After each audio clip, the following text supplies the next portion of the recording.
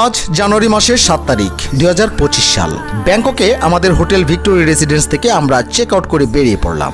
যাচ্ছি উত্তর থাইল্যান্ডের রাজধানী চিয়াংমাইয়ের উদ্দেশ্যে। এখান থেকে প্রথমে যাচ্ছি সুবর্ণভূমি আন্তর্জাতিক বিমানবন্দর ব্যাংককে। আমাদের ফ্লাইট দুপুর 2:45 মিনিটে ছেড়ে যাবে চিয়াংমাইয়ের উদ্দেশ্যে।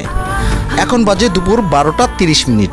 আর গুগল ম্যাপ অনুযায়ী ব্যাংকক এয়ারপোর্টে আমাদের পৌঁছাতে সময় লাগবে ঘন্টাখানেকের মতো। বন্ধুরা, এখানে বলে রাখা ভালো, ব্যাংকক থেকে চিয়াংমাই যেতে খরচ সহ যাবতীয় তথ্য থাকবে এই ভিডিওতে। পাশাপাশি চিয়াংমাই পৌঁছে আমরা কোথায় উঠলাম, কি খেলাম এবং কি করলাম তার বিস্তারিত তো থাকবেই।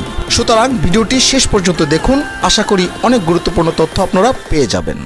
বন্ধুরা, ইতিমধ্যে আমরা পৌঁছে গেলাম ব্যাংককের সুবর্ণভূমি ইন্টারন্যাশনাল এয়ারপোর্টের ডোমেস্টিক টার্মিনালে। বোর্ডিং এবং লাগেজ চেকিং কমপ্লিট করে অপেক্ষা করছি আমাদের নির্ধারিত ফ্লাইটের। এখন আমাদের ফ্লাইটে ওঠার পালা। হ্যাঁ বন্ধুরা, ভিয়েটজেট এই ফ্লাইটটি করেই আমরা আজ উত্তর থাইল্যান্ডের রাজধানী চিয়াংমাইয়ে পৌঁছাবো। এই ফ্লাইটটিতে জনপ্রতি আমাদের খরচ পড়েছিল 2960 থাই বাত। এই ফ্লাইটটির ইকোনমিক ক্লাসের ভাড়া সময় এবং সিজন অনুযায়ী এই প্রাইস ওঠানামা করে থাকে। একটি ডোমেস্টিক ফ্লাইটে যে সকল সুবিধে সাধারণত থাকে, এই ফ্লাইটে এর সব কিছুই ছিল। প্রায় 600 কিলোমিটার পাড়ি দিয়ে নির্ধারিত সময়ে আমরা পৌঁছে গেলাম চিয়াংমাইয়ের ইন্টারন্যাশনাল এয়ারপোর্টে। এখন বাজে বিকেল 4:30 মিনিট।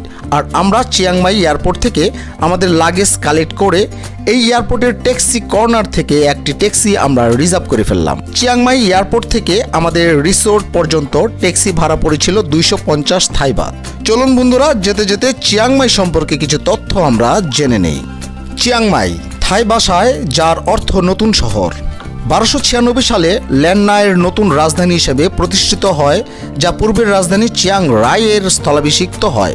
চাও ফ্রায়া নদীর একটি প্রধান উপনদী পিং নদীর তীরে শহরটির অবস্থান এবং প্রধান বাণিজ্যিক রুটের সাথে এর সান্নিধ্য এর ঐতিহাসিক গুরুত্বকে বাড়িয়ে তোলে।